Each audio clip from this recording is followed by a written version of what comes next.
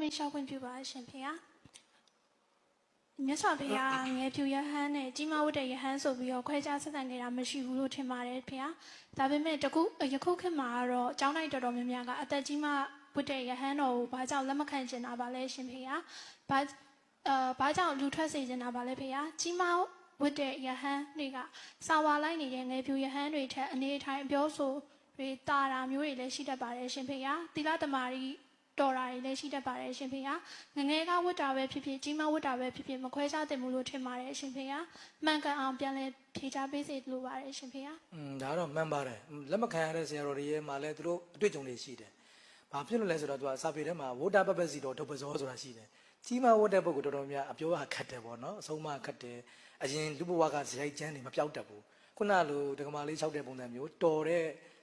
ကြီးမားဝတ်တဲ့ပုဂ္ဂိုလ်ရှိပါတယ်ငယ်ပြူထက်တောင်တော်တဲ့ဆရာတော်တွေတွေ့ဘူးပါတယ်ရှိလဲရှိပါတယ်ဦးဇင်းတို့ကြောင့်မှလည်းအများကြီးရှိတယ်လေလက်ခံတယ်တော်တော်များအဲ့တံကိုမခိုင်တန်ကြအောင်ဆရာတော်တွေကလေလာလို့ချင်းရံဖြစ်ကြတယ်ပြင်ပြောကခတ်တယ်စီကန်းတိုင်းမလိုက်နိုင်ဘူးပေါ့နော်ကျောင်းတိုင်းစီကန်းတိုင်းစာကြက်မချင်းစာမကြက်ဘူး၆သွားနေတယ်ဒါမျိုးပေါ့မအေးရမချင်းမှာအိတ်နေတယ်အဲ့လိုမျိုးရှိတယ်ပေါ့နော်အဲ့တော့ဆရာတော်တွေကဒီအကြီးတွေကိုပြောရတဲ့ခါအရန်ပင်မဲ့တော့လက်မခံချင်တော့ဘူးနော်ရံဖြစ်တာတွေလည်းရှိတဲ့ခါကျလက်မခံကြတော့စာတနိုင်တော်တော်များများတော့အငယ်တွေကိုပဲရွေးလက်ခံတာများတယ်ရွေးချက်ကတော့အပြောခက်အဆိုခက်လို့ပါ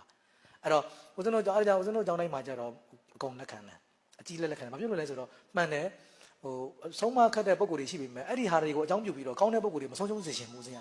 ဦးဇင်းတို့အပင်မဲ့ခံလိုက်တာဆရာတော်တွေကတော့အပင်မဲ့မခံချင်လို့လက်မခံတာပါကောင်းတဲ့ပုံကိုယ်တွေတော့ရှိတယ်ဒါဦးဇင်းတို့ကြတော့နှမျောတာပေါ့နော်သာသနာမှာ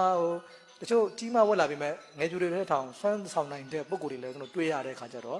ရှိတယ်နှမျောတာပေါ့နော်အဲ့တော့ပါရမီ10ပါး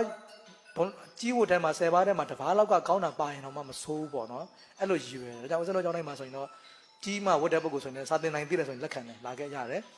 ဒီကျောင်းတိုင်းရောက်ရင်တော့သူပြန်မဲ့တောင်းကဦးဇင်းတို့တောင်းမယ်လေဦးဇင်းတို့ဆရာသမားတွေကတော့အရင်အပင်မဲ့ခံရတာပေါ့နော်သူတို့ကိုဒီစီကန်းတိုင်းနေနိုင်အောင်ဦးဇင်းတို့က train ပေးရတာလေ့ကျင့်ပေးရတယ်အဲ့တော့နေနိုင်တဲ့ပုဂ္ဂိုလ်တော့နေနိုင်သွားတော့ကောင်းသွားတယ်သူအဆင်ပြေသွားကြတယ်မနေနိုင်တဲ့ပုဂ္ဂိုလ်တော့ထွက်ပြေးတာပေါ့နော်အဲ့တော့ဦးဇင်းတို့ကကိုယ်မူနဲ့ကိုယ်ကန့်သွင်းလိုက်တာပဲသူတို့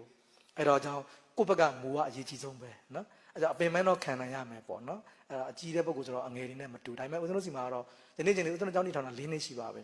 အကြီးတွေလည်းတော်တော်လေးရောက်ကြပါတယ်ကြီးမှဝတ်တဲ့အသက်30ကျော်မှရဟန်းဝတ်ပြီးတော့စာလာတင်တဲ့နှံငါတွေလည်းတော်တော်များကြပါတယ်ဒါပေမဲ့ဦးဇင်းတို့ဒီနေ့4နှစ်အတွင်းမှာဦးဇင်းအပါအခု150ဝန်းကျင်ရှိတယ်ကိုရင်က300လောက်ရှိတယ်ပေါ့အခုချိန်ဒီအဲ့လိုမျိုးအပြောခက်အဆိုခက်ဦးဇင်းရဲ့လို့ဦးဇင်းမတွေ့ရတဲ့လောက်ပါပဲဦးဇင်းတို့ကျောင်းတိုင်းမှာလေဦးဇင်းအကြီးတွေလာပါတယ်တချို့အဲ့လို30ကျော်မှ40ကျော်မှဦးဇင်းတွေလာတယ်ဒါပေမဲ့အရန်လိမ္မာတဲ့ကန်ဦးဇင်းတို့ကန်ပဲပြောမလားမသိဘူးပေါ့နော်လိမ္မာတဲ့ဦးဇင်းတွေပဲများတာတွေ့တယ်ဦးဇင်းကလည်းအမြဲတမ်းလဲဩဝါဒပေးတာလဲပါမလားမသိဘူးပေါ့နော်အမြဲတမ်းဩဝါဒပေးတယ်မမာန